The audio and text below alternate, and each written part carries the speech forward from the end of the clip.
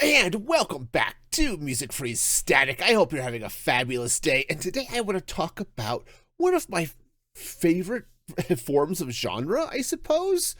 And that's science fiction. I love science fiction. Sci-fi is fun and awesome, and it can be so many different things. And there's so many things I like about it. Okay. Now, I've talked about before, I love fantasy. I like the escapism of fantasy, but sci-fi also offers a lot of that. But sometimes it offers an interesting view of the what if, right? Science fiction was once called speculative fiction. Sometimes it still is. And it's like, the question is, if this were to happen, what does that mean for humanity, right? And how does this fall out? So there's some really cool things, right? So sci-fi asks out those what if questions, and it can often bring in then the interesting questions of what is humanity, what does it mean to be human, what is, it provides ways of exploring that human condition, right? And how does humanity react, or how does an individual react, or what would be the societal change if this happened? Okay. Lots of fun little bits and pieces, and there's a number of them I'm gonna call out, but I've got a couple of Isaac Asimov collections up here on my shelf. Asimov was one of the premier science fiction writers of all time, but definitely of his day.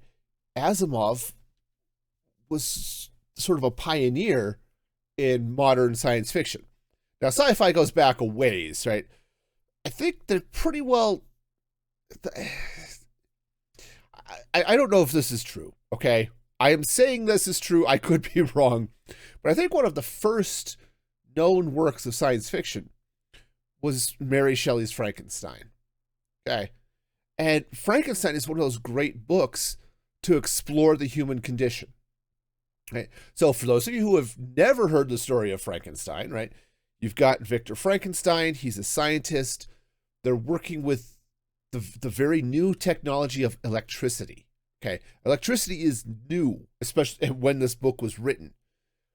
And they were doing some experiments with, at the time, it's like, oh, if I put these electrodes up to this frog, I could make it jump, or even a frog leg, right? Or a dead frog, and zap it. The muscles can still contract and stuff because of the shock. Well, they didn't know what all was going on yet, but the story is, what if that was actually imbuing life into the material, the flesh, right? So here's Frankenstein, and he decides he's going to make a person, right?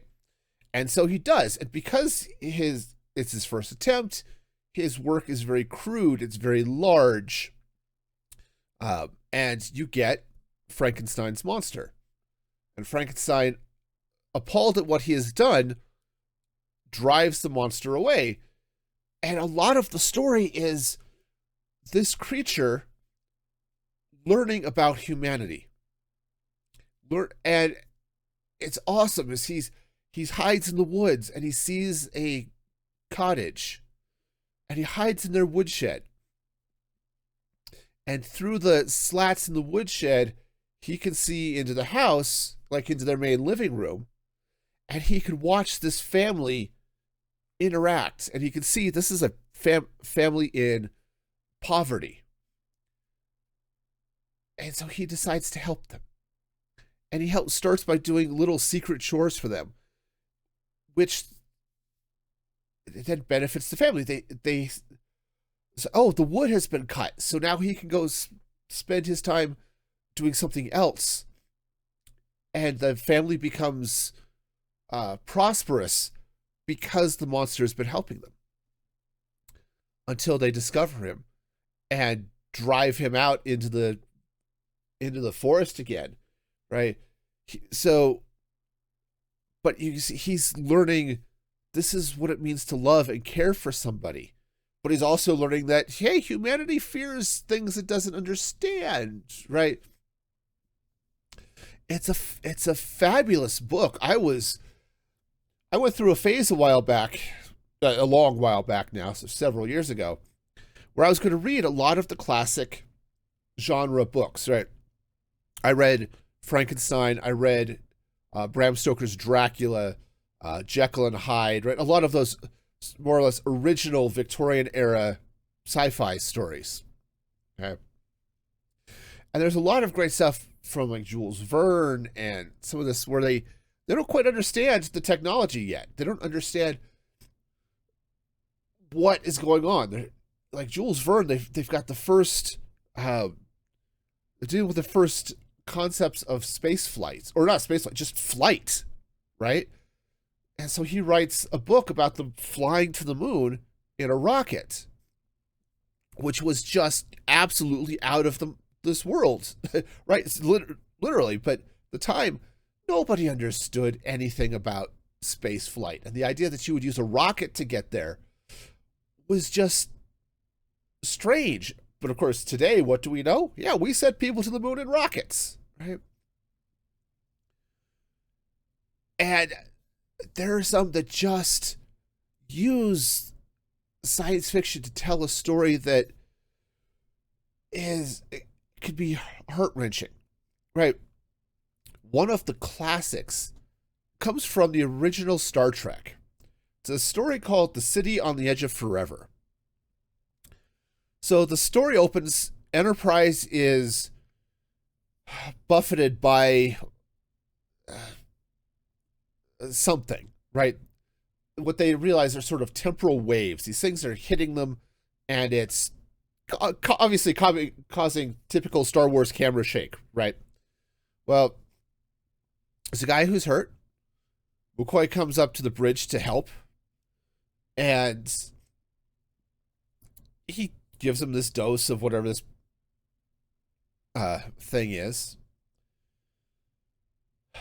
And then as he's putting it away, the ship gets hit by something again. He injects himself with this full dose of this, or an overdose of whatever the stuff is, and he goes crazy, right? Full on paranoid, wacky. Okay, so they've got him kind of restrained, and then now they're orbiting the planet looking for what's going on, and they find this big stone donut that's glowing, and it's basically a window into the past. Well, McCoy manages to escape, beams down. Actually, I guess that's what's led the crew to the planet, is McCoy had beamed down and they're looking for him. And McCoy jumps through the donut, which is basically not just a window to the past, but a portal into the past. And of course, changes history. So Kirk and Spock follow him through and now have to find where he is. Okay, so that's the setup. Very Star Trekian sci-fi stuff. And in the process of looking for McCoy in 1920s, or not 1920s, it's early, yeah, I guess it was 20s. It was Great Depression era. In the process of looking for McCoy in this Depression era San Francisco, they meet a woman who is running a food kitchen and a number of things that, you know, and is a very kind and loving person. And as is common with Star Trek, Kirk falls for her, and he falls for her hard. And they're thinking, okay, great. And so Kirk is kind of wondering, all right, he's fallen in love with this woman, Edith Keeler. But they still have their vision to find McCoy. Okay, that's great. But they're also trying to figure out, what did McCoy do to change the past? And what they find out eventually, as Spock goes through his recordings from the portal, that Edith Keeler is the key to history, or at least this moment in history. Because if she lives, she delays the entrance into World War II by the United States and that allows Nazi Germany to win the war. Because she's been preaching what is a very good message of pacifism and peace and love, and that's great, but it delays the U.S. from stepping in and helping to defeat a great evil. So here's now the human condition. This is what makes the story fun, is here's Kirk. He is now deeply in love with this woman, and he has to let her die. He has to stop her from living. It's not that he has to kill her.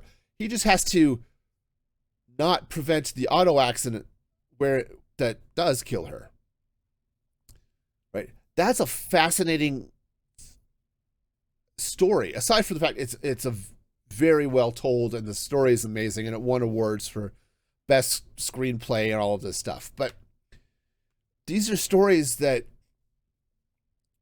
through science fiction, right, you can tell of how do you tell the story of a love that can't be, because if it is, it destroys everything. Right? Another excellent story that started as a short story that's in one of these books, and was later expanded to be a full-length novel, is Asimov's story, The Positronic Man. It was also made into a movie called The Bicentennial Man, that starred Robin Williams. Sam Neill is also in it. But the idea of that is, here's a family. It's a modern family in a somewhat futuristic world. And the first artificially intelligent androids are now available for human. Basically, it's a household tool. It's if you had a Roomba that was person-shaped, right?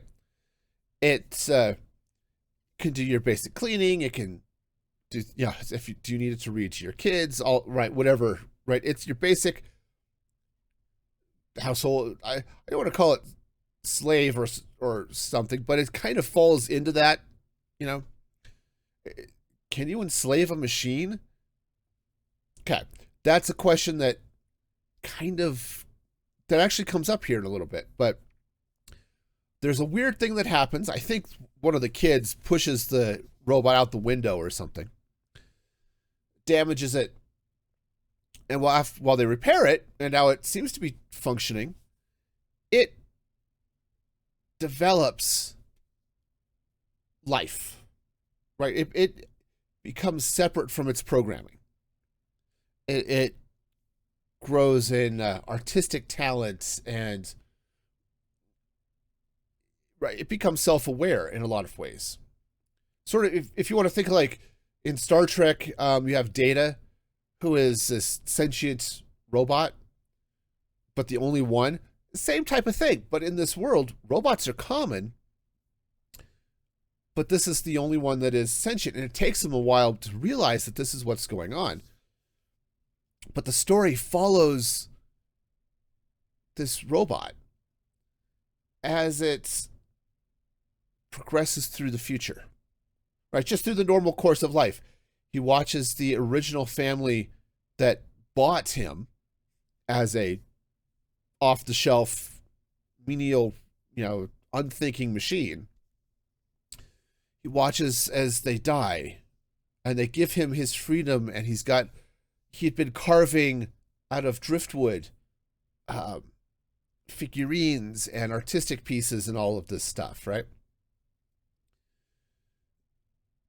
And now he's amassed this fortune selling those and woodwork and all of this stuff. And so he now embarks on a journey of his own to figure out, are there more like him? What's going on? And humanity isn't ready for him on Earth, so he goes to the moon or Mars, or I forgot where now, where they're a little bit more progressive in their thinking. And throughout this, he is wanting to become more human. Again, very much like Data in Star Trek. And so he develops um, bionic internal organs, which are then used as uh, prosthesis, replacement organs, right? So somebody needs a new heart. They don't need a living heart transplant. They can get an artificial heart that this person has developed. This android, this robot has developed. And so it follows him as he wants to be human.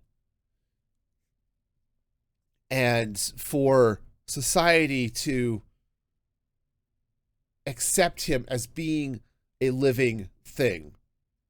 It's an amazing, touching story. And Bicentennial Man does a fairly good job of telling it.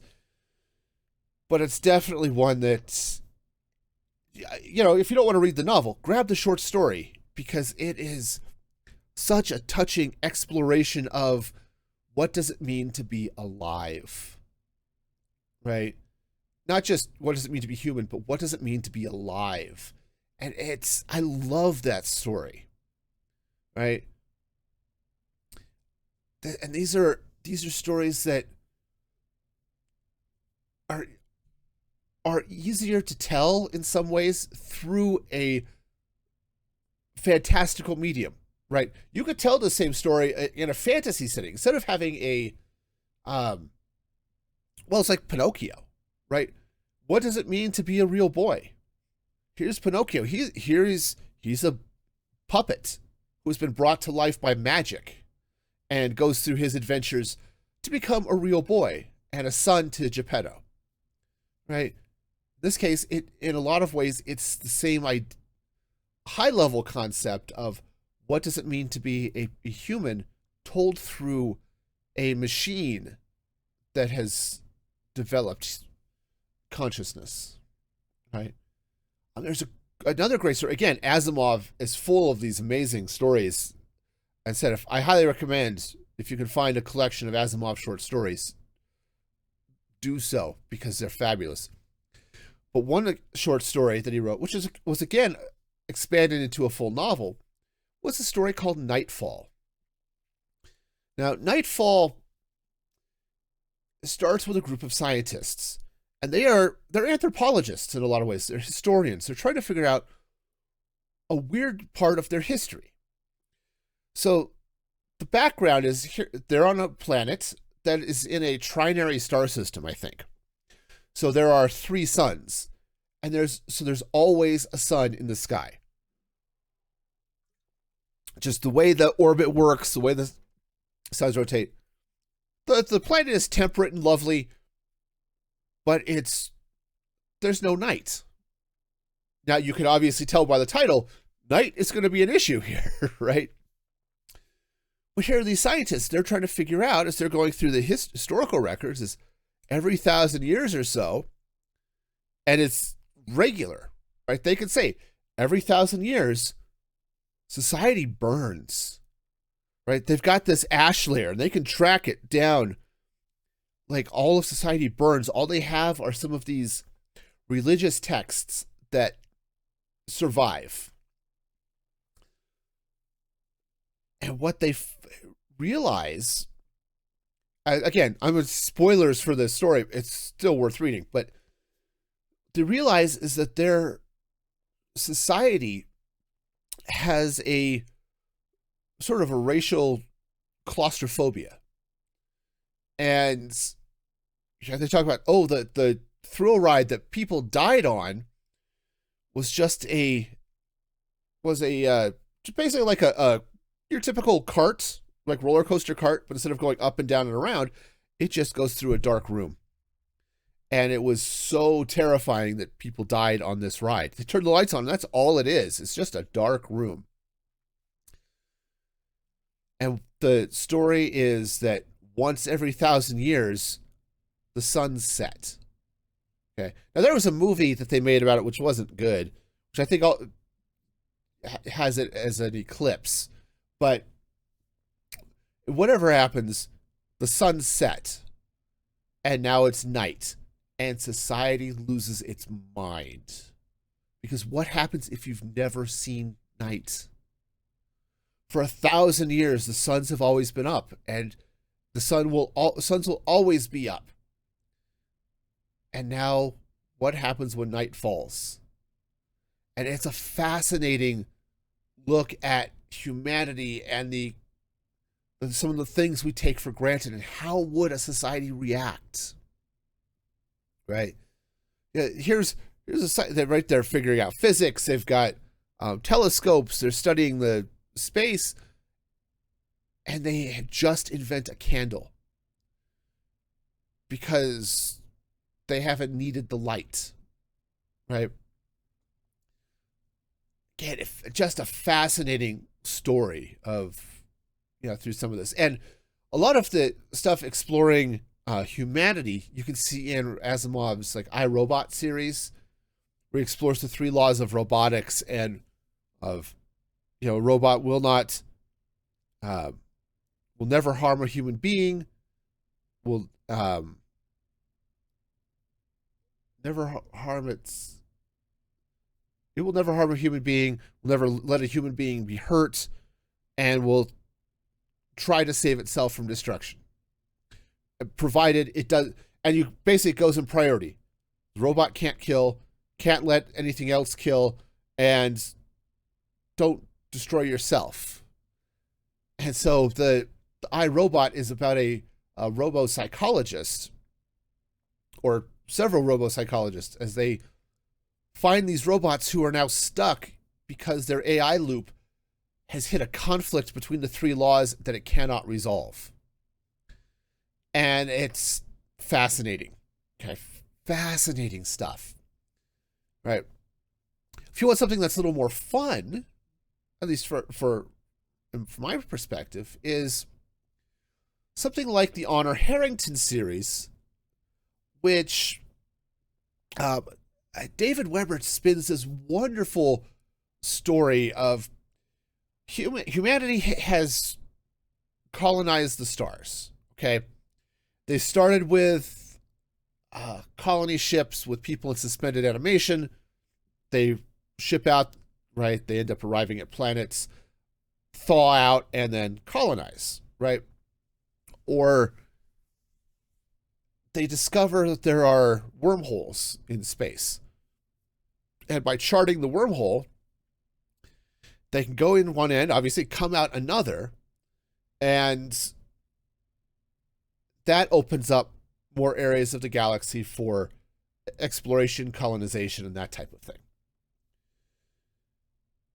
But he's built an interesting world, okay, where the way the ships move, just through normal space, is they are basically suspended between 2 wedges of gravity, right? So imagine, here's your spaceship, long, right? This chapstick is the spaceship, okay? And it basically has a wedge that comes out over the top and over the bottom and just extends out and around the ship. And sort of forms in some way a box. It's hard. I'm having a hard time describing it, but imagine, triangular wedges converging at the spaceship, and and suspending the ship between those 2 gravitational fields, and that's what allows the ship to move. Okay, sorry, it was a messy explanation, but it works. Okay, so that's just the world that of normal space flight. And then warships are able to project a smaller gravity wall in between those 2 wedges. So basically, you can't shoot through the wedge in either direction, but you can selectively shoot out through the wedge by just temporarily opening a small hole so your torpedo or energy blast or whatever can go through it, and stuff can't necessarily directly go through the sidewalls, but can sometimes, if you angle it right, hit the wall and then angle back towards the ship, because it's just a wall of gravity. So there's some things. But the ends of the box are open. They can't put walls there because it stops the ship from moving, something like that, okay? All right, so that's the idea. What does what does space combat look like when you have a ship that you can't attack from the top and bottom? And what he builds is basically akin to the Age of Sail. So when you're looking at human history, you had the old sailing ships, right? And they'd come down in this line, and they'd have the ships of the line where they would just come down and they would just run broadsides because that's where the cannons were all along the sides of the ship. Sure, they had occasionally some chase guns on the fore and aft of the ship, very minimally armed, and then the sides of these ships were hopefully strong. This is why the United States, they've started building their first warships. Their frigates, like the Constitution, were a weird breed of ship because they were smaller and faster than the British ships of the line, but their hulls were stronger. Right? Constitution earned the name Old Ironsides from the idea that the cannonballs were sort of bouncing off. Right? So, but the idea is you'd have these ships, they would pass each other and just launch broadsides. And a good captain, if they could do it, would cross in front of or behind another ship and break down the length of the ship. And that was called crossing the T. And Weber has built a way that concept happens in space.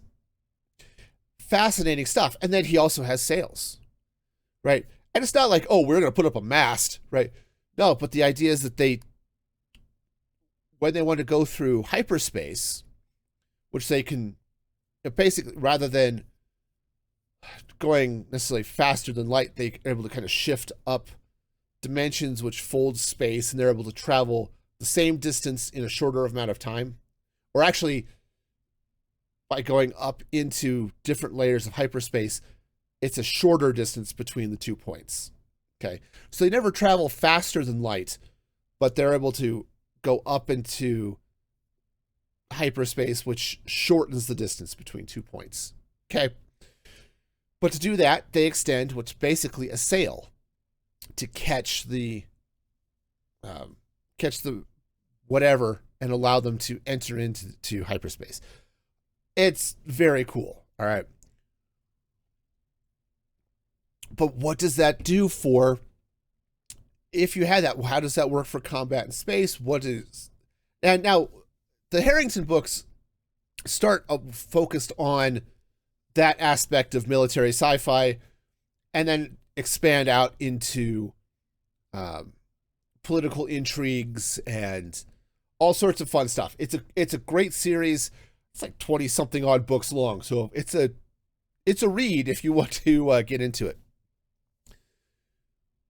But I love this stuff, and yeah, most of the time I just want to find a book or a series, and I just want to sit back and I just want to escape from the day to day. It's one of the reasons I can't read Tom Clancy much anymore. It's too real. Okay. And I forgot, my boss had suggested an author too. Same idea. It's very real, and I want to not deal with reality, right? But sometimes it's fascinating to sit and look at what would this be like? And sometimes it's fun and lighthearted. Asimov had a story about a family, and they're the sweetest, kindest family. They're great friends to this family across the street from them, but they are obsessed with the weather. They're constantly checking forecasts, and they decide, but today they're going to go on a picnic. Everything's looking to be sunny. It's great. Sure. Clouds start going in, and this one family starts to really panic. It's like, no, we have to go home. So but they've had most of their fun. So they pack up, they go home, and as the family gets out of their car and is hurrying towards the house, it starts to rain, and it turns out this kind, sweet family was made of sugar. and they melt. Right? It's just that concept, right? It's sort of sad when you think about it that way, but it's that concept of how does this work? Right? There was another excellent story is what if you had, again, Asimov has some amazing ones, and there were other, I think Ray Bradbury had a few, and there was some others, but here, there's this great story of humanity has invented not time travel, but a way to see through time. Okay? So you can look through something and look backwards in time. And so here's this author. He's this historian. He's got this theory about the Carthaginians or something. And he wants to schedule time on this time telescope. I forgot what they called it, but that's basically what it is. So that he could actually see what was going on in Carthage to verify his hypothesis. Okay? Sure, right? That's the dream of any historian, is to actually be able to see history. And he's friends with this journalist and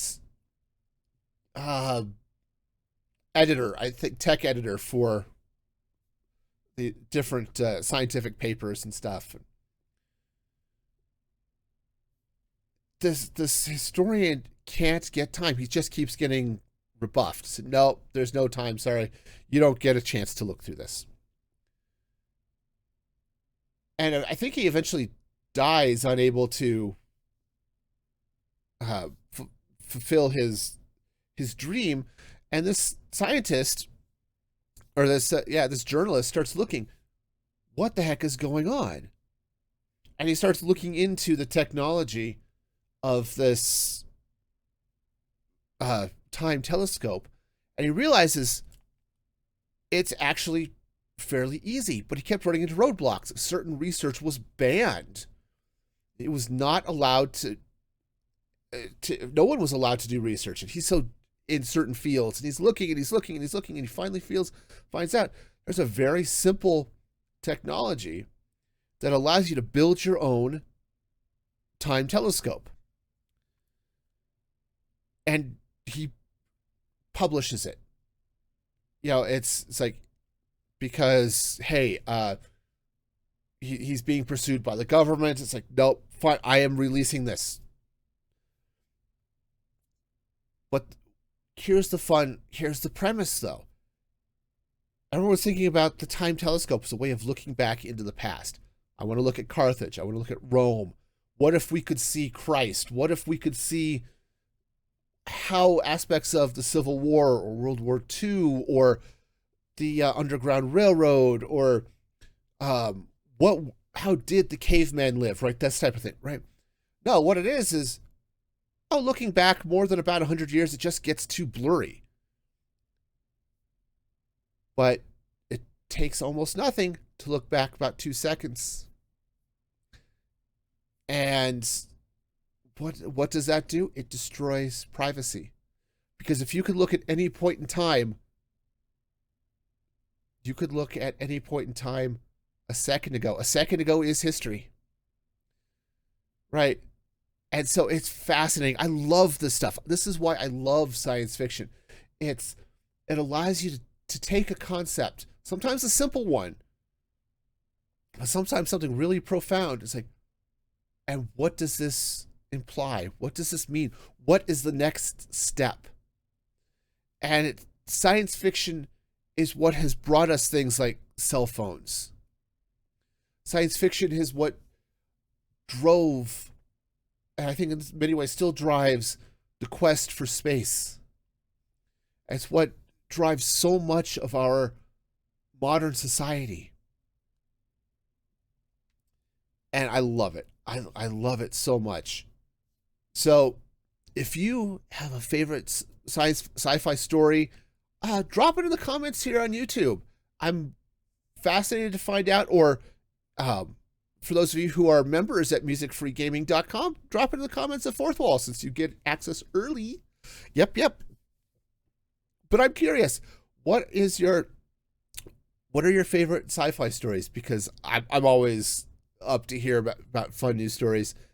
And honestly, the X-Men is a fun look at that too. Is, hey, look, humanity is mutating. Mutants have these amazing powers. How does humanity react? Well, if history is anyway, not well.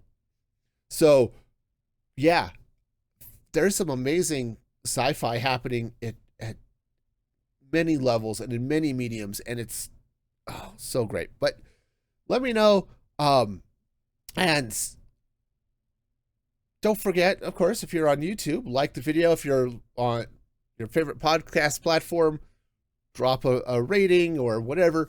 You can support the show at musicfreegaming.com. I said get early access. Subscribers get early access to the audio podcast. And until next time, be excellent to each other. This is Music Free Static signing off.